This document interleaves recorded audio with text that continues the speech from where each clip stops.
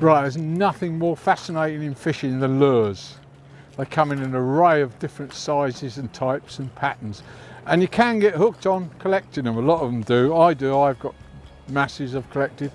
However, there are a few that are sort of deadly, a few regular favourites, and TFGear have got a nice selection of those. We've got jointed lures. Now my favourite are a jointed floater. Now the vane on the front, as you can see, this dictates the depth that the lure swims. So not all lures are the same. Obviously the jointed ones give that injured fish look. That's famous in lure fishing since the beginning of time. An injured dead fish, that's the one the predator will pick on first. Anyway, most of them are armed with good quality trebles. In this case, we've got barbed on this one.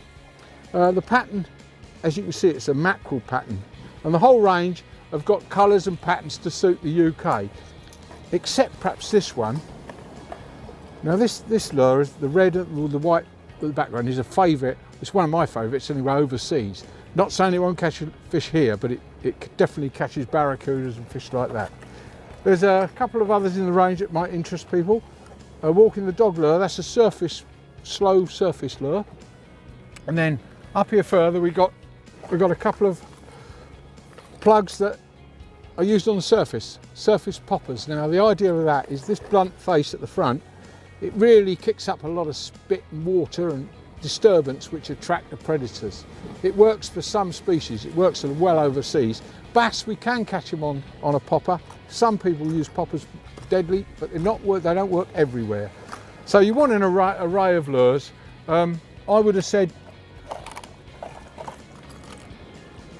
look for the vane on the front. Be especially careful what you do with that, because if you get a floating lure, you've got loads of rocks you're fishing over. You want a floating lure with a deep vane that will only allow it to go to about 6 foot. Then you stop reeling and it will come up.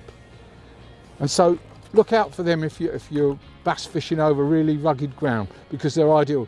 If you've got a weighted lure, it'll sink and snag up, and quite often you'll lose it. So if you're fishing near snags, a nice floaty lure that'll pull down, and when you stop reeling, let up. Now all these lures, they've got rattles in them.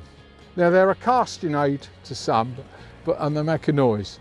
I'm doubtful whether they are deadly everywhere, but certainly since we started putting rattles and weights in lures, they seem to be more efficient. Of course, modern lures are streets ahead of anything 20 years ago. As I say, you can collect them.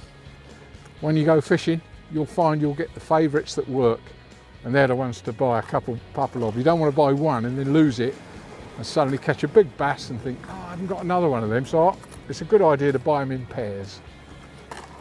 Brilliant.